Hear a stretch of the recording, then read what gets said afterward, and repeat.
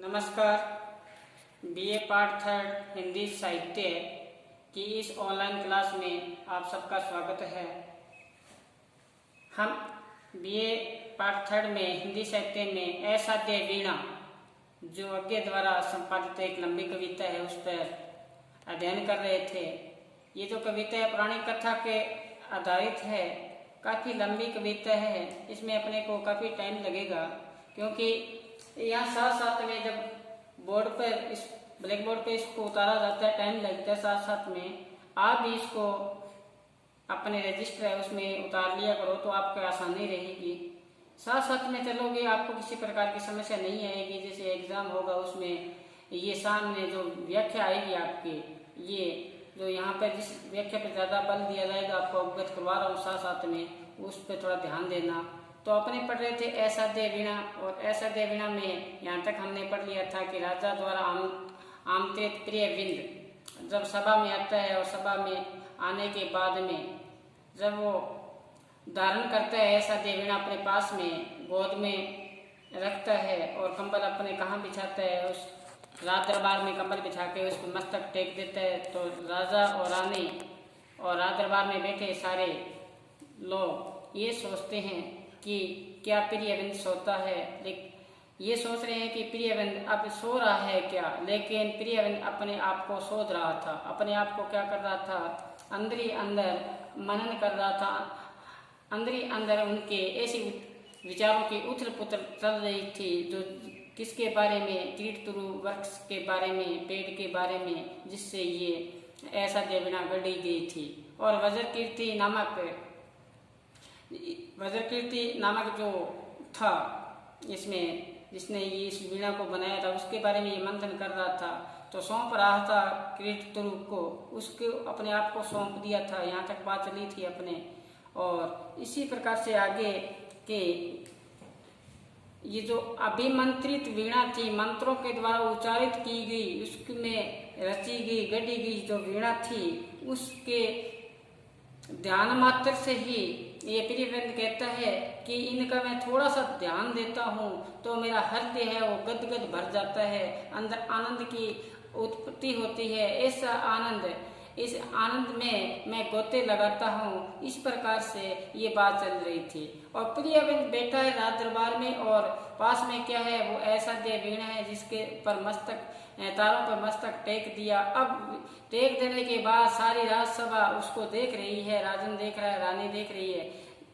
देखने के बाद में अब वहाँ पे ये वातावरण उपस्थित है कि वो अपने आप को शून्य अवस्था में चला गया, कौन, प्रियविंद। और चला जाने के बाद में अब वो असाध्य वीणा के बारे में सोच रहे हैं। उसी क्रम में हम आगे चले, उसी बात में। तो यहाँ पर मैंने लिखा है सारा का सारा, देखो आप चलो दृष्टि डालो, देखो कि ओ विशाल करो सत सहस्र पलवन पतझड़ों ने जिसका नित रूप सुमारा। ओ विशाल करो सत सहस्र पलवन पतझड़ों ने जिसका नित रूप सुमारा।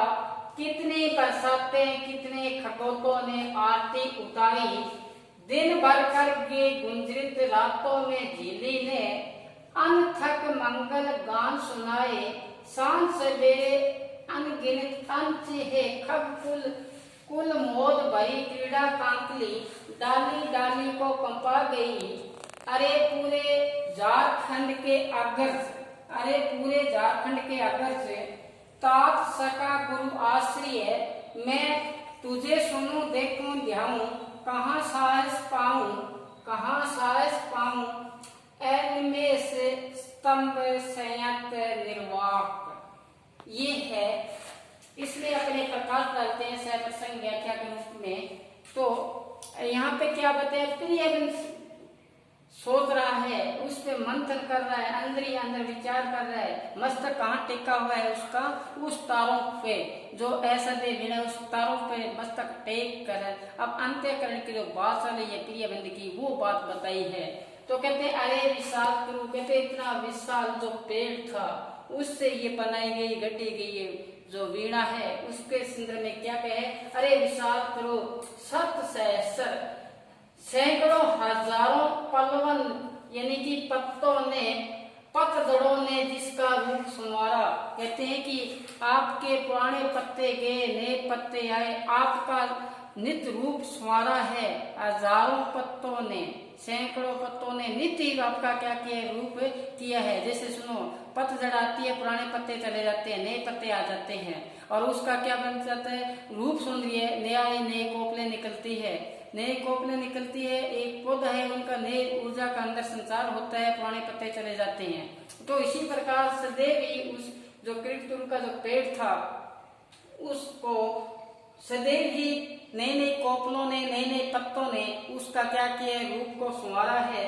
और कितने उस विशाल करूप पर बरसातें हुई है, कितनी बरसातें हुई, और कितने खगोलों ने आरती उतारी। जब बारिश रात को हुई और बारिश होती है, चारों तरफ क्या हो जाता है, अंधकार छाया जाता है, चारों तरफ अंधेरा ही अंधेरा हो जाता है। उस समय अंधेरे में खगोलों ने, जुगनुओं ने क्या उतारी, उसमें उसकी आरती उतारी है। किसकी, विशाल तरु की, उस कृत तरु के पेड़ की क्या उतारी है, आरती उतारी है। देखो ये जो पेड़ होते हैं, कोई पेड़ आपने देखा होगा, शाम के समय कोई पेड़ देखते हो आप, जहाँ से आप निकलते हो, कभी महसूस करना आप कि शाम के समय वहां पे पक्षी आके बैठ जाते हैं, भांति भांति के पक्षी आके बैठते हैं। कोई मधुर वाणी बोलता है, कोई कड़वी वाणी बोलता है। कहते हैं ना, वृक्ष हेठ, एक गुरबाणी में भी आता है, वृक्ष हेठ सब जंत कट्टे, एक तत्ते एक बोलन मीठे, उस उदोत भय उठ चले जो जो अवध ब्याणिया। कहते हैं उजाड़ के अंदर दरकत होता है, पेड़ होता है, उस पे शाम को आके पक्षी बैठ जाते हैं। कोई मधुर वाणी बोलता है, कोई कड़वी वाणी बोलता है, कोई चहल चलाता है, कोई चुपचाप भी बैठा होता है वहां पे। तो सुबह होती है, सारे के सारे उड़ जाते हैं। यानी कि जो पेड़ होता है उस पर आश्रय सभी को मिलता है, वहां पे उसका रूप को संवारा जाता है, और उनको रूप को संवारने में अहम भूमिका उनकी खुद की रहती है, जो उनकी कोपलें आती है। तो क्या बताएं, उसकी कितनी बरसातों को उसने सहन किया है, ऐसी बरसातें आई है। तो चारों तरफ से अंधेरा ही अंधेरा छा जाता है। अंधेरे छाने में खगोलों ने क्या उतारी है, आरती उतारी है, जुगनुओं ने क्या उतारी है, उसकी आरती उतारी है। अब सुनो, दिन भर कर गए गुंजरित, वहां पर जो भ्रमर थे, वहां पर जो बर्मर थे, भोरे थे, वो उनको क्या करते थे, गुंजार सुनाया करते थे, उनको ऐसा शब्दों की गुंजार सुनाया करते थे उस कीट तुरु को कि उसको मोहित करते थे। देखो ऐसा ये पेड़ की महिमा का गुणगान किए गए हैं। गुंजरित रातों में झिल्ली ने, रात के समय वहां की झिल्ली ने अनथक मंगल गान सुनाए, ऐसे गान सुनाए जो थके हुए भी थे झिलियां, लेकिन फिर भी उन्होंने ऐसे मंगल गीत गाए हैं, ऐसा सुनाया। किसको लोरियां सुनाई है, यहाँ पर विशाल करूं जो तुरु का जो पेड़ था उसको बताइए। तो यहाँ पे पेड़ की महिमा का गुणगान किया गया। हर प्रकृति में हम जो भी चीज देखते हैं उसका बड़ा ही महत्व होता है, लेकिन हमें उस चीज में उतरना जरूरी है, हमें उस चीज में रमना जरूरी है। तो यहाँ पे कवि देखो, अनथक मंगल गान सुनाए सांस सवेरे अनगिनत, सुबह और शाम को पता नहीं कितने अनगिनत क्या सुनाए थे, गीत सुनाए, ऐसे मंगल गान सुनाए हैं। अब ये यहाँ तक हो गया। अब आगे चले, हम क्या बताए, यहाँ तक हो गया कि अन्य चिन्ह खग कुल मोद भरी क्रीड़ा कांकली। कहते हैं उस पेड़ के नीचे, खग का मतलब पक्षी, ये जो पक्षी आके बैठे हैं, वहां पे और भी अन्य जानवर आए हैं, और वहां जानवर आए हैं, उन्होंने क्रीड़ा कांकली की है, ऐसी क्रीड़ा की है मोद भरी, आनंदित होकर उछल कूद किए उस पेड़ के नीचे आके, क्योंकि उस पेड़ का इतना विशाल था कि उसके नीचे आने से एक परम आनंद की अनुभूति होती थी। हम कहीं पे जा रहे हैं, गर्मी का समय होता है, इतनी धूप गहरी होती है, हमें कोई आशय मिल जाता है, एक नई आनंद के संचार होता है हमारे अंदर। उसी प्रकार जब ये जो कहते वहां खग के कुल के जितने भी थे वो सारे प्रसन्नता के साथ क्या करते थे, क्रीड़ा करते थे, उछल कूद करते थे, वहां पे भांति भांति की वो क्या क्या करते थे, क्रीड़ा करते थे। अब देखो ऐसी जब क्रीड़ा हुई तो कहते हैं कि वो भी जो विषाद था उसकी पूरी डाली थी वो क्या होगी, कंपा गई, सारी डालियों में कंपना हुई, उनमें भी क्या हुआ, ऊर्जा का संचार हुआ कि मैं किसी को क्या कुछ तो दे रहा हूँ, यानी कि मेरे द्वारा किसी को क्या हो रहा है, सुख की अनुभूति हो रही है। तो बताया है कि वहां की डाली डाली भी कंपा गई। अब यहाँ तक हुआ, अब आगे देखो, अब प्रिय क्या कह रहा है आगे कि अरे पूरे झारखंड के अगर कहते हैं शुरुआती दौर की जो पंक्तियां आई थी शुरू में, उसमें बताया था कि ये जो किरतुल का पेड़ है कहाँ विराजमान था, झारखंड के पर्वतीय जो प्रदेश है वहां से ही था ये। तो कहते झारखंड के आप तो क्या हो, अग्रज हो, और आप ही मेरे प्रिय हो, आप ही मेरे सखा हो, आप ही मेरे गुरु हो, और आप ही मेरे को क्या हो, आश्रय हो। जब किसी के प्रति समर्पण की भाव आ जाता है, किसी के प्रति हमें ऐसा जब दीनता का भाव आता है, नम्रता का जब भाव आता है, तब चीज हासिल होती है। तो ये प्रिय बंद क्या कह रहे हैं, आप मेरे प्रिय हो, आप मेरे सखा हो, आप ही मेरे गुरु हो, मैं आप ही मेरे क्या है, आश्रय हो, है ना। जैसे तुलसीदास जी ने कहा था कि कहाँ जाऊं कासो कहूं कौन सुने दीन की, कहाँ जाऊं कासो कहूं कौन सुने दीन की, तू ही गति आगे हीन की। तो ये बात इसमें बताइए, नम्रता से दीनता से बात कह रहे हैं, कौन प्रिय कह रहे हैं, आप में तात हो, सका हो, गुरु हो, तो आप ही क्या हो, आश्रय। कहते मैं तुझे सुनूं, उस वीणा पर मस्तक टेके हुए अंदर अंदर उसको सौंप दिया, और कहते हैं कि मैं आपको सुनना चाहता हूँ। क्या कहते हैं, मैं तुझे सुनूं और मैं आपको ध्याऊं, सब कुछ समर्पित आप पे है, इसलिए मैं आपका ध्यान दे रहा हूँ।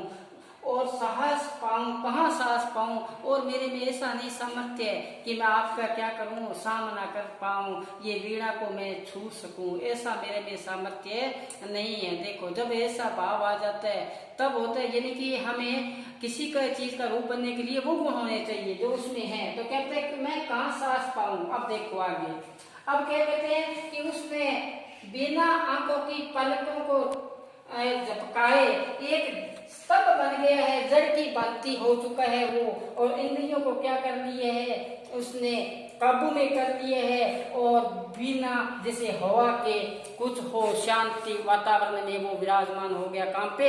उस असाध्य वीणा के सामने, उस तारों के सामने ऐसा जब स्तंभ बन जाए, सारा ख्याल शरीर से कहाँ निकाल दिया, बाहर निकाल दिया, सारा शरीर से बाहर निकाल दिया, पाक बन गया, पवित्र बन गया, निर्मल बन गया, उज्जवल बन गया, ऐसा बना तो वो क्या बन गया, जड़ बन गया। ऐसा यानी कि सारे शरीर से क्या हो गया, उसका ध्यान निकल गया, है ना।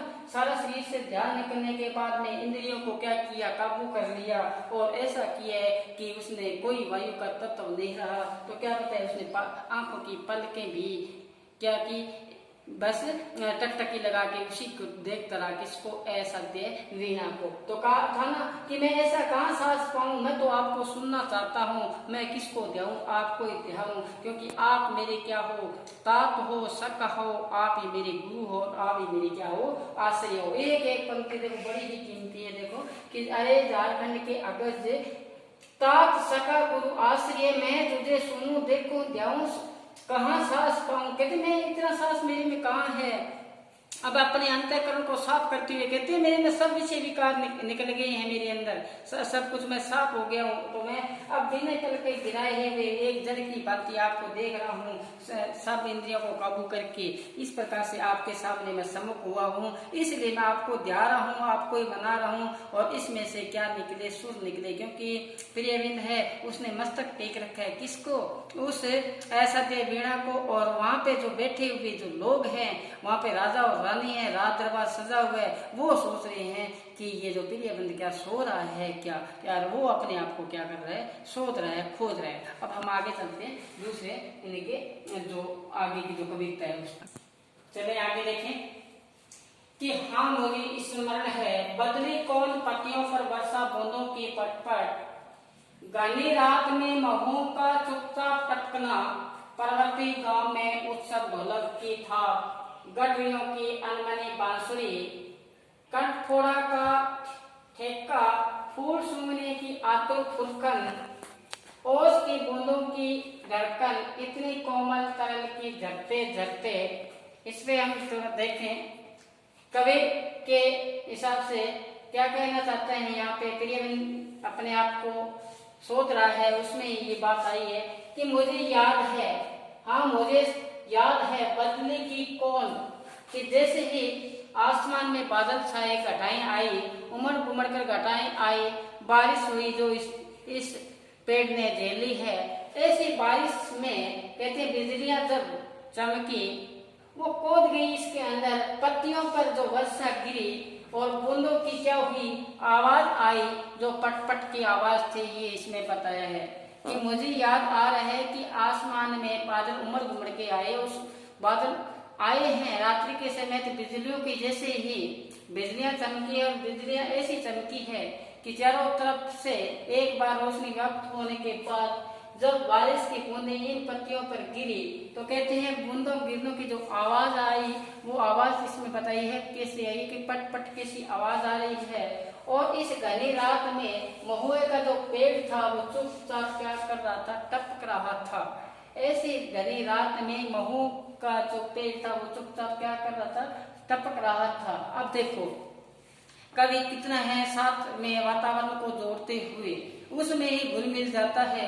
तो कहते हैं उस पेड़ के पास में एक गांव था, और गांव में क्या हो रहा था, एक ऐसा उत्सव का माहौल था कि वहां से आवाज आ रही थी, किसकी, ढोलक की आवाज आ रही थी, कि ढोलक पर क्या कोई ढोलक को उस पे पीट रहा है, यानी कि उसमें ऐसे थाप मार रहा है। तो उसमें क्या ढोलक की था, उस पे जैसे ही वो हाथ मारता है ढोलक से, ऐसे मधुर आवाज आ रही है। वो ही एक गांव से, वो गांव कहाँ पे है, वो गांव इस पेड़ के पास ही कहीं दूर ऐसी एक मधुर ध्वनि इस पेड़ को सुनाई दे रही है। ये बात जो मंत्र है ये किसको चल रहा है, ये प्रियवंत के अंदर ही अंदर चल रहा है, क्योंकि प्रियवंत ने अपना मस्तक किस पे टेक रखा है, उस असाध्य वीणा पर।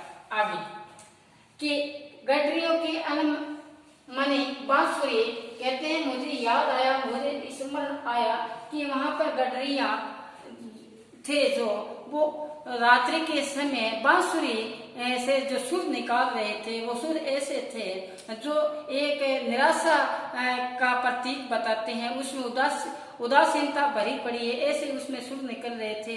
जो गडरिये थे वहां पे पास में गडरिये थे, उनकी अनमनी बांसुरी की आवाज भी सुनाई दे रही है। और साथ में पेड़ के बाद में साथ में बताया कि वहाँ एक पक्षी था कटकोरा नाम का, जो पेड़ था उसमें क्या कर रहा था, अपनी चोंच के द्वारा उसमें छेद करता हुआ उसमें अंदर विराजमान होने की क्या कर रहा था, चेष्टा कर रहा था। उसका नाम क्या बताया, कटकोरा का ठेका। और फूल सुंगनी नामक एक चिड़िया थी। कौन सी, फूल सुंगनी नामक एक चिड़िया थी, बड़े ही आतुर के साथ एक उड़ने का प्रयास कर रही थी, फुटकन कर रही थी। और पास में ओस की जो बूंदे थी उसकी धड़कन इतनी कोमल थी कि वो ऐसे धीरे धीरे टपक रही थी, जैसे सूर्य उदय हुआ ओस की बूंदे धीरे धीरे अपने अस्तित्व को समाप्त करने के लिए आतुर हो रही थी। ये इसमें बताया है। तो आसान सा साथ में चलते रहो, हम अब आगे चलते हैं। देखो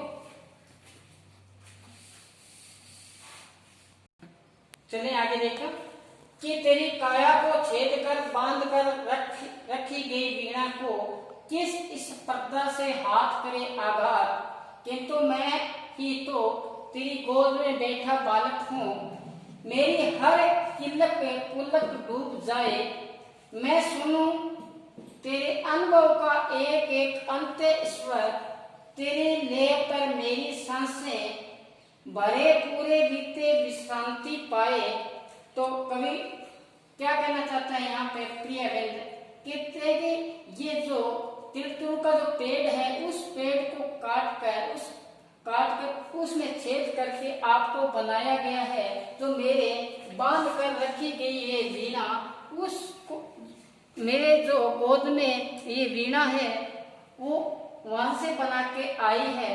तो कहते हैं मैं किस इस पर्दा से, कहते हैं मेरा ऐसा साहस नहीं है कि मैं अपने हाथ से इन तारों को छूऊं, तो मुझे क्या लगता है, धक्का लगता, आघात लगता है ऐसा। तो क्या बताए, किंतु मैं ही तो तेरी गोद में बैठा बालक हूँ, किंतु मैं ही तो तेरी गोद में बैठा क्या हूँ, बालक हूँ। कहते हैं मैं तो एक बिल्कुल बालक होता है, उसमें किसी प्रकार से अंदर छल कपट नहीं होता।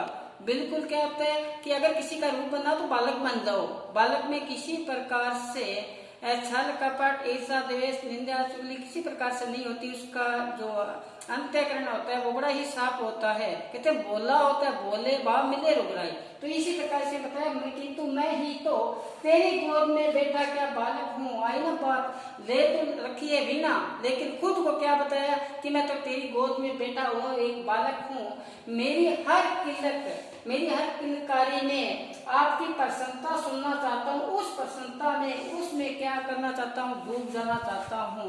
देखो कहते हैं आप में इस देव रम जाना चाहता हूँ, उसी में डूब जाना चाहता हूँ आप में। और क्या कहते हैं मैं सुनना चाहता हूँ, आप में सुर निकलते वो सुनना चाहता हूँ, कैसे आप में सुर निकलेंगे ऐसा के वीणा में। तो तेरे जो अनुभव है वो एक एक में अंदर स्वर को सुनना चाहता हूँ कि आपके अंतःकरण का बात है वो भी सुनना चाहता हूँ, आप में डूबना चाहता हूँ, आप में रमना चाहता हूँ।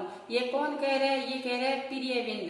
कहते हैं आप में ही। और देखो यहाँ कितनी गहरी बात कही है। कहते तेरी लय पर मेरी सांसें, तेरी लय पर मेरी सांसें। कहते आपकी जैसे ही लय बने उसमें मेरी सांसें चले, मेरे श्वास एक आ रहे हैं दूसरा जा रहे हैं, वो किस हो, सिर्फ आपका ही ध्यान हो, दूसरा हो ही नहीं। और मेरी लय पर मेरी सांसें, और कभी वो खाली हो कभी वो भरे। मेरा हृदय के अंदर एक श्वास जा रहा है, पेट में दूसरा आ रहा है, उसमें ही क्या हो, आपका ही ध्यान हो।